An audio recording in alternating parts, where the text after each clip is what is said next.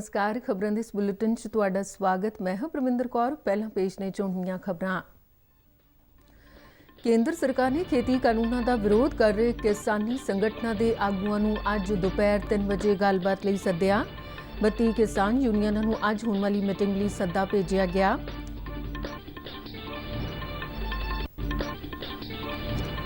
प्रधानमंत्री नरेंद्र मोदी ने देश के किसानों को भरोसा दिवाया कि नवे खेती कानून किसानों के हितों को ध्यान में रख के लियाते गए ने।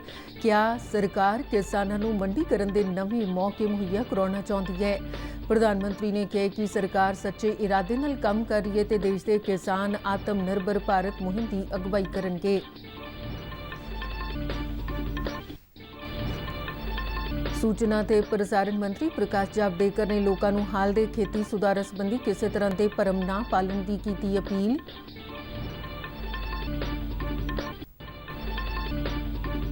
पंजाब ने झोने की कुल खरीद में 64% के करीब योगदान दिता। चालू मंडीकरण सीजन दौरान 29 लाख तो वध किसानों को MSP तहत भुगतान किया गया।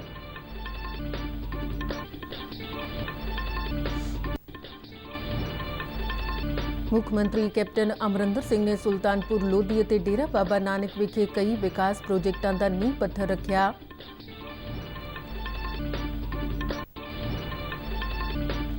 सिख धर्म के बानी पहली पातशाही श्री गुरु नानक देव जी का 551वां प्रकाश पुरब पंजाब समेत देश और दुनिया भर में श्रद्धा ते उत्साह नाल मनाया गया। गुरपुरब मौके गुरु घरां च खास रौनकां वेखण नूं मिलियां।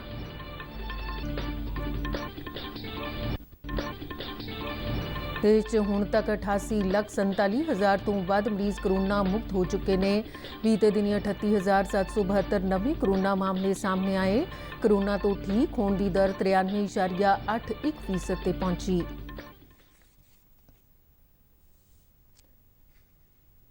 ते हुण खबरां विस्तार नाल।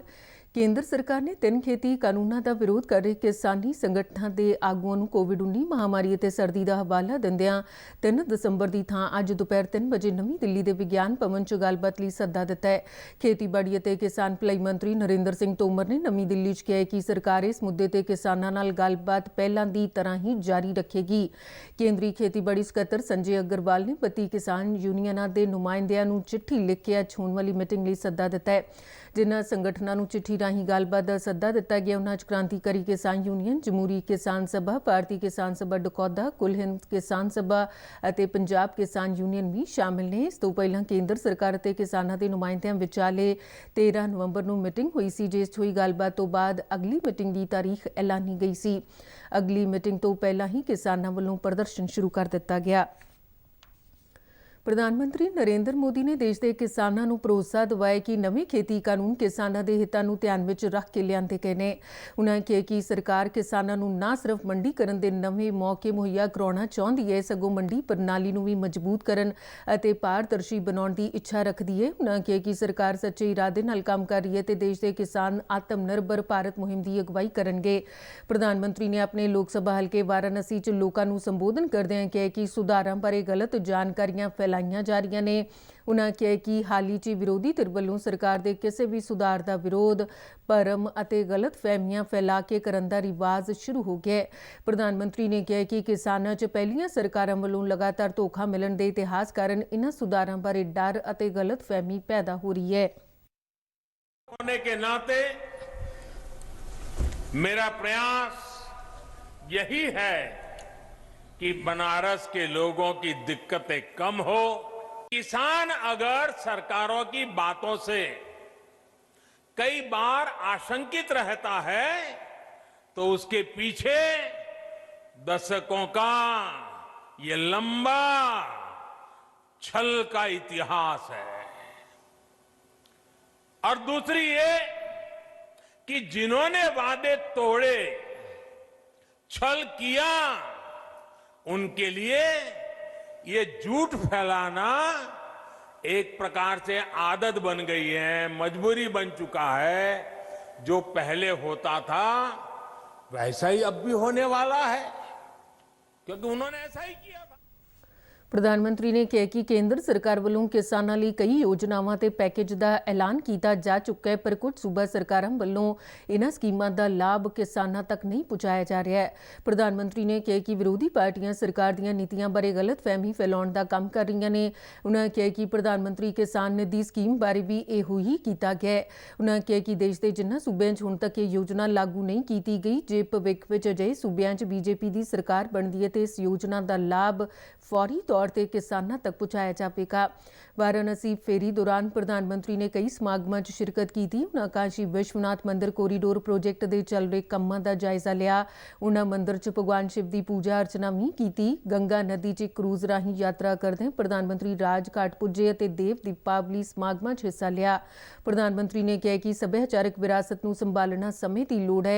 उन्होंने वाराणसी च दीपदान की परंपरा का स्वागत करदे कहा कि इस राही लोग जिथे अपनी पुरातन परंपरा नूं जिंदा रखते हैं, उत्थे देश के बहादुरां नूं सन्मान ते श्रद्धांजलि देण लई भी दीवे जगाउंदे ने।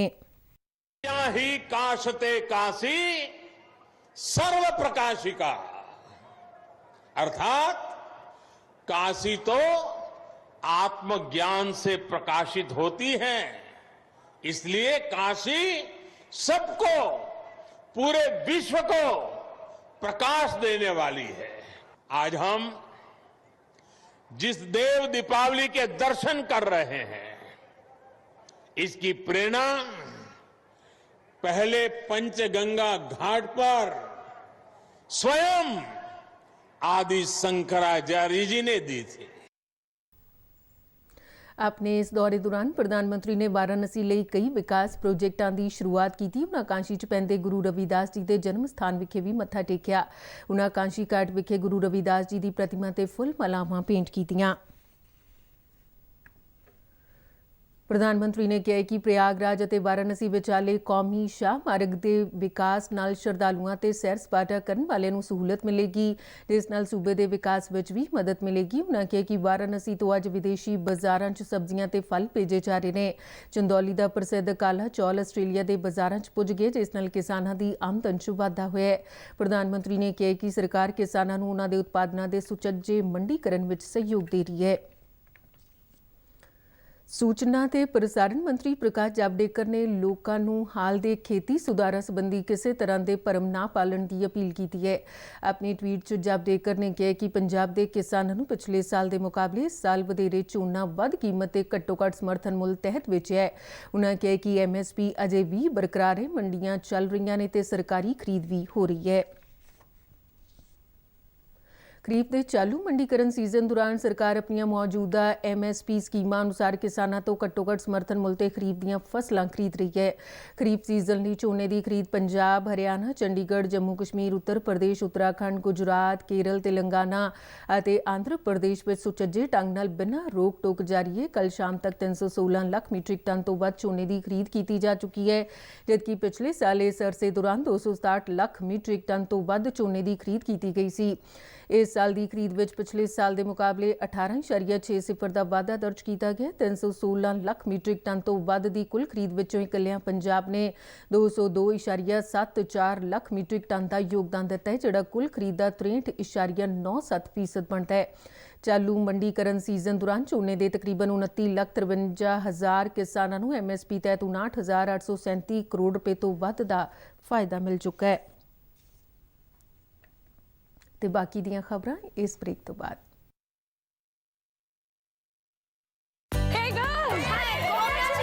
ਅੱਜ ਤਾਂ ਪਾਰਟੀ ਚਾਹੀਦੀ ਹੈ। ਪਹਿਲਾਂ ਚੈਂਪੀਅਨ ਨਾਲ ਸੈਲਫੀ ਲਵਾਂਗੇ। ਆਈਡੀਆ ਇੱਥੇ ਹੀ ਕਰਦੇ ਆਂ ਪਾਰਟੀ। ਪੀਜ਼ਾ ਪਾਰਟੀ ये चल अपना कार्ड ते पिन दे। अपने कार्ड ते डिटेल्स मैं आपे पाऊंगी। RBI कहता है अपना पिन, OTP, CVV ਜਾਂ इंटरनेट बैंकिंग पासवर्ड किसी नाल शेयर ना करो। ऑनलाइन बैंकिंग सिर्फ अपने कंप्यूटर, मोबाइल ਅਤੇ सिक्योर नेटवर्क ते करो। Bye girls. किथे जा रही है? सुनिया नहीं? No sharing. RBI कहता है जानकार बनो, सचेत रहो। ਬ੍ਰੇਕ ਤੋਂ ਬਾਅਦ ਦੂਰਦਰਸ਼ਨ ਖਬਰਾਂ 'ਚ ਆਪ ਦਾ ਮੁੜ ਤੋਂ ਸਵਾਗਤ। ਵਧਦੇ ਹਾਂ ਅਗਲੀ ਖਬਰ ਵੱਲ।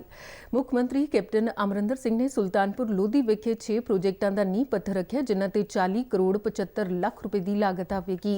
ਮੁੱਖ ਮੰਤਰੀ ਨੇ ਇਸ ਤੋਂ ਪਹਿਲਾਂ ਸ੍ਰੀ ਗੁਰੂ ਨਾਨਕ ਦੇਵ ਜੀ ਦੇ ਸਾਲ ਭਰ ਚੱਲੇ ਪ੍ਰਕਾਸ਼ ਪੁਰਬ ਸਮਾਗਮਾਂ ਦੇ ਅੰਤਿਮ ਸਮਾਗਮ ਵਿੱਚ ਵੀ ਸ਼ਿਰਕਤ ਕੀਤੀ। ਮੁੱਖ ਮੰਤਰੀ ਨੇ ਜਿਨ੍ਹਾਂ ਪ੍ਰੋਜੈਕਟਾਂ ਦਾ ਨੀਂਹ ਪੱਥਰ ਰੱਖਿਆ, ਉਨ੍ਹਾਂ ਵਿੱਚ 6.5 ਕਰੋੜ ਦੀ ਲਾਗਤ ਨਾਲ ਕਿਲ੍ਹਾ ਸਰਾਏ ਦੀ ਸਾਂਭ ਸੰਭਾਲ, ਸਰਕਾਰੀ ਸੀਨੀਅਰ ਸੈਕੰਡਰੀ ਸਕੂਲ 'ਚ 1.25 ਕਰੋੜ ਰੁਪਏ ਦੀ ਲਾਗਤ ਨਾਲ ਲੱਗਣ ਵਾਲਾ ਰੂਫਟਾਪ ਸੌਰ ਊਰਜਾ ਪਲਾਂਟ, 9.5 ਕਰੋੜ ਰੁਪਏ ਦੀ ਲਾਗਤ ਨਾਲ ਤਿਆਰ ਹੋਣ ਵਾਲਾ ਸਮਾਰਟ ਸਕੂਲ ਅਤੇ 20 ਕਰੋੜ ਰੁਪਏ ਦੀ ਲਾਗਤ ਨਾਲ ਬਣਨ ਵਾਲੀ ਸੀਵਰੇਜ ਪਲਾਂਟ ਸ਼ਾਮਿਲ ਹੈ। ਇਸ ਤੋਂ ਇਲਾਵਾ ਮੁੱਖ ਮੰਤਰੀ ਨੇ 3 ਕਰੋੜ ਰੁਪਏ ਦੀ ਲਾਗਤ ਨਾਲ ਤਿਆਰ ਹੋਣ ਵਾਲੇ ਉਪ ਮੰਡਲ ਪ੍ਰਸ਼ਾਸਕੀ ਕੰਪਲੈਕਸ ਅਤੇ 45 ਲੱਖ ਰੁਪਏ ਦੀ ਲਾਗਤ ਨਾਲ ਬਣਨ ਵਾਲੇ ਆਂਗਨਵਾੜੀ ਕੇਂਦਰ ਦਾ ਵੀ ਨੀਂਹ ਪੱਥਰ ਰੱਖਿਆ।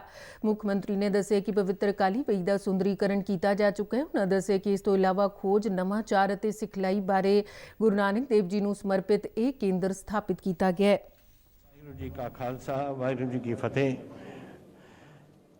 ਆਪਾਂ ਸਾਰੇ ਅੱਜ ਇਕੱਤਰ ਹੋਏ ਹਾਂ ਕਿ ਪਹਿਲੇ ਪਾਤਸ਼ਾਹ ਦੇ 550 ਪਿਛਲੇ ਸਾਲ ਕੀਤਾ ਸੀ, ਔਰ ਉਹ 500 ਸਾਲ ਦੇ ਵਿੱਚ ਇੱਕ ਸਾਲ 'ਚ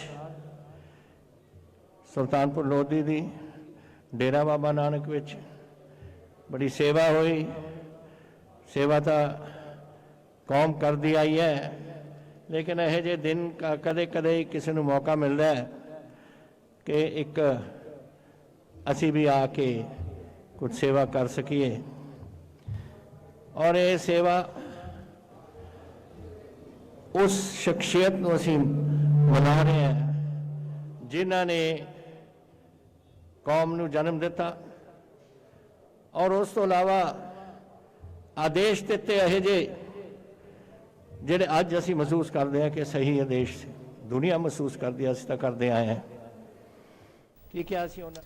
ਮੁੱਖ ਮੰਤਰੀ ਨੇ ਇਤਿਹਾਸਕ ਕਸਬੇ ਡੇਰਾ ਬਾਬਾ ਨਾਨਕ ਵਿਖੇ 13 ਕਰੋੜ ਰੁਪਏ ਦੀ ਲਾਗਤ ਨਾਲ ਬਣਨ ਵਾਲੀ ਹੈਰੀਟੇਜ ਸਟਰੀਟ ਅਤੇ ਕਲਾਨੌਰ 'ਚ 100 ਕਰੋੜ ਰੁਪਏ ਦੀ ਲਾਗਤ ਨਾਲ ਸਥਾਪਿਤ ਕੀਤੇ ਜਾ ਰਹੇ ਗੁਰੂ ਨਾਨਕ ਦੇਵ ਗੰਨਾ ਖੋਜ ਅਤੇ ਵਿਕਾਸ ਸੰਸਥਾਨ ਦਾ ਵੀ ਨੀਂਹ ਪੱਥਰ ਰੱਖਿਆ।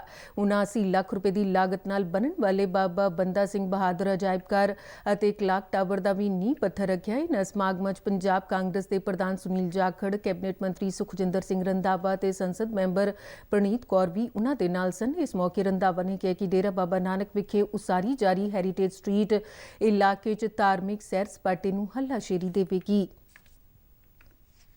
ਸਿੱਖ ਧਰਮ ਦੇ ਬਾਨੀ ਪਹਿਲੀ ਪਾਤਸ਼ਾਹੀ ਸ੍ਰੀ ਗੁਰੂ ਨਾਨਕ ਦੇਵ ਜੀ ਦਾ 551ਵਾਂ ਪ੍ਰਕਾਸ਼ ਪੁਰਬ ਪੰਜਾਬ ਸਮੇਤ ਦੇਸ਼ ਅਤੇ ਦੁਨੀਆ ਭਰ ਵਿੱਚ ਸ਼ਰਧਾ ਤੇ ਉਤਸ਼ਾਹ ਨਾਲ ਮਨਾਇਆ ਗਿਆ। ਗੁਰਪੁਰਬ ਮੌਕੇ ਦੇਸ਼ਾਂ ਵਿਦੇਸ਼ਾਂ 'ਚ ਗੁਰੂ ਘਰਾਂ 'ਚ ਖਾਸ ਰੌਣਕਾਂ ਦੇਖਣ ਨੂੰ ਮਿਲੀਆਂ। ਗੁਰੂ ਘਰਾਂ 'ਚ ਸ੍ਰੀ ਅਖੰਡ ਪਾਠ ਸਾਹਿਬ ਜੀ ਦੇ ਭੋਗ ਪਾਏ ਗਏ ਤੇ ਅਲੌਕਿਕ ਗੁਰਬਾਣੀ ਦਾ ਪ੍ਰਵਾਹ ਚੱਲਿਆ। ਦੇਸ਼ ਵਿਦੇਸ਼ਾਂ ਤੋਂ ਵੱਡੀ ਗਿਣਤੀ 'ਚ ਸੰਗਤਾਂ ਨੇ ਸ੍ਰੀ ਦਰਬਾਰ ਸਾਹਿਬ ਅੰਮ੍ਰਿਤਸਰ ਦੇ ਪਾਵਨ ਸਰੋਵਰ 'ਚ ਇਸ਼ਨਾਨ ਕਰਕੇ ਲਾਈਨਾਂ 'ਚ ਖੜੇ ਹੋ ਕੇ ਘੰਟਿਆਂ ਬੱਧੀ ਇੰਤਜ਼ਾਰ ਤੋਂ ਬਾਅਦ ਮੱਥਾ ਟੇਕਿਆ। ਦਰਬਾਰ ਸਾਹਿਬ ਕੰਪਲੈਕਸ ਵਿੱਚ ਗੁਰਪੁਰਬ ਮੌਕੇ ਅਨੇਕਾਂ ਸਮਾਗਮਾਂ ਦਾ ਆਯੋਜਨ ਕੀਤਾ ਗਿਆ। ਕੱਲ੍ਹ ਸਵੇਰੇ ਗੁਰਦੁਆਰਾ ਮੰਜੀ ਸਾਹਿਬ ਦੀਵਾਨ ਹਾਲ ਵਿਖੇ ਸ਼ਨੀਵਾਰ ਤੋਂ ਸ਼ੁਰੂ ਹੋਏ ਸ੍ਰੀ ਅਖੰਡ ਪਾਠ ਸਾਹਿਬ ਜੀ ਦੇ ਭੋਗ ਪਾਏ ਗਏ, ਜਿਸ ਉਪਰੰਤ ਧਾਰਮਿਕ ਦੀਵਾਨ ਸਜਾਏ ਗਏ, ਜਿਨ੍ਹਾਂ 'ਚ ਪੰਥ ਦੇ ਪ੍ਰਸਿੱਧ ਰਾਗੀ, ਢਾਡੀ ਅਤੇ ਕਵੀਸ਼ਰੀ ਜਥਿਆਂ ਨੇ ਸੰਗਤਾਂ ਨੂੰ ਗੁਰੂ ਇਤਿਹਾਸ ਤੋਂ ਜਾਣੂ ਕਰਵਾਇਆ। ਇਸ ਕਰੋਨਾ ਕਾਲ ਵਿੱਚ ਵੀ ਗੁਰਪੁਰਬ ਮੌਕੇ ਲੱਖਾਂ ਦੀ ਗਿਣਤੀ 'ਚ ਸੰਗਤਾਂ ਪਹੁੰਚੀਆਂ ਤਾਂ ਉਹਨਾਂ ਹਰਿਮੰਦਰ ਸਾਹਿਬ ਵਿਖੇ ਨਤਮਸਤਕ ਹੋ ਕੇ ਗੁਰੂ ਘਰ ਦੀਆਂ ਖੁਸ਼ੀਆਂ ਪ੍ਰਾਪਤ ਕੀਤੀਆਂ। ਕੱਲ੍ਹ ਸ਼ਾਮ ਵੇਲੇ ਸ੍ਰੀ ਦਰਬਾਰ ਸਾਹਿਬ ਵਿਖੇ ਦਿਲਕਸ਼ ਦੀਪਮਾਲਾ ਤੇ ਆਤਿਸ਼ਬਾਜ਼ੀ ਕੀਤੀ ਗਈ। ਭਾਰਤ ਵਿੱਚ ਬੀਤੇ ਦਿਨੀ 45,333 ਕਰੋਨਾ ਮਰੀਜ਼ ਸਿਹਤਯਾਬ ਹੋਏ, ਜਿਸ ਮਗਰੋਂ ਹੁਣ ਤੱਕ ਕਰੋਨਾ ਤੋਂ ਠੀਕ ਹੋਣ ਦੀ ਦਰ 93.81% ਤੇ ਪਹੁੰਚ ਗਈ ਹੈ। ਕੇਂਦਰੀ ਸਿਹਤ ਮੰਤਰਾਲੇ ਦੇ ਆંકੜਿਆਂ ਮੁਤਾਬਕ ਹੁਣ ਤੱਕ ਦੇਸ਼ ਵਿੱਚ 88,47,000 ਤੋਂ ਵੱਧ ਮਰੀਜ਼ ਕਰੋਨਾ ਮੁਕਤ ਹੋ ਚੁੱਕੇ ਨੇ। ਇਸ ਸਮੇਂ ਦੇਸ਼ 'ਚ ਕਰੋਨਾ ਦੀ ਪੁਸ਼ਟੀ ਵਾਲੇ ਕੁੱਲ ਕੇਸਾਂ ਦੇ ਮੁਕਾਬਲੇ ਐਕਟਿਵ ਕਰੋਨਾ ਕੇਸਾਂ ਦੀ ਦਰ 4.74% ਬਣਦੀ ਹੈ। ਕੌਮੀ ਪੱਧਰ ਤੇ ਇਸ ਸਮੇਂ 4,46,952 ਐਕਟਿਵ ਕਰੋਨਾ ਕੇਸ ਮੌਜੂਦ ਨੇ। ਮੰਤਰਾਲੇ ਨੇ ਦੱਸਿਆ ਕਿ ਬੀਤੇ ਦਿਨੀ 38,772 ਨਵੇਂ ਕਰੋਨਾ ਮਾਮਲੇ ਸਾਹਮਣੇ ਆਏ, ਜਿਸ ਮਗਰੋਂ ਕਰੋਨਾ ਦੀ ਪੁਸ਼ਟੀ ਵਾਲੇ ਕੁੱਲ ਮਾਮਲਿਆਂ ਦੀ ਗਿਣਤੀ 94,31,000 ਤੋਂ ਪਾਰ ਹੋ ਗਈ ਹੈ। ਭਾਰਤ 'ਚ ਕਰੋਨਾ ਦੀ ਕੌਮੀ ਮੌਤ ਦਰ ਵਿੱਚ 1.5% ਕਮੀ ਆ ਗਈ ਹੈ, ਜੋ ਕਿ ਵਿਸ਼ਵ ਦੇ ਵੱਖ-ਵੱਖ ਮੁਲਕਾਂ ਵਿੱਚੋਂ ਸਭ ਤੋਂ ਘੱਟ ਮੌਤ ਦਰਾਂ 'ਚ ਸ਼ੁਮਾਰ ਹੈ। ਭਾਰਤ ਵਿੱਚ ਬੀਤੇ ਦਿਨੀ 443 ਕਰੋਨਾ ਮਰੀਜ਼ਾਂ ਦੀ ਮੌਤ ਹੋਈ ਹੈ ਤੇ ਹੁਣ ਤੱਕ ਕਰੋਨਾ ਮਹਾਮਾਰੀ ਕਾਰਨ 1,37,000 1,139 ਲੋਕਾਂ ਦੀਆਂ ਜਾਨਾਂ ਜਾ ਚੁੱਕੀਆਂ ਨੇ। ਭਾਰਤੀ ਮੈਡੀਕਲ ਖੋਜ ਕੌਂਸਲ ਅਨੁਸਾਰ ਬੀਤੇ ਦਿਨੀ 8,76,000 ਤੋਂ ਵੱਧ ਕਰੋਨਾ ਟੈਸਟ ਕੀਤੇ ਗਏ ਤੇ ਹੁਣ ਤੱਕ ਦੇਸ਼ ਭਰ ਵਿੱਚ 14 ਕਰੋੜ 3 ਲੱਖ ਤੋਂ ਵੱਧ ਨਮੂਨਿਆਂ ਦੀ ਕਰੋਨਾ ਜਾਂਚ ਹੋ ਚੁੱਕੀ ਹੈ। इधर पंजाब च पिछले 24 घंटिਆਂ ਦੌਰਾਨ ਕਰੋਨਾ ਦੇ 554 ਨਵੇਂ ਮਾਮਲਿਆਂ ਦੀ ਪੁਸ਼ਟੀ ਹੋਈ ਹੈ। ਬੀਤੇ ਦਿਨੀ ਇਸ ਮਹਾਮਾਰੀ ਨਾਲ 27 ਹੋਰ ਮੌਤਾਂ ਹੋਈਆਂ ਨੇ। ਮੋਹਾਲੀ ਚ ਕੱਲ ਸਭ ਤੋਂ ਵੱਧ 93 ਨਵੇਂ ਕਰੋਨਾ ਮਾਮਲਿਆਂ ਦੀ ਪੁਸ਼ਟੀ ਹੋਈ ਹੈ।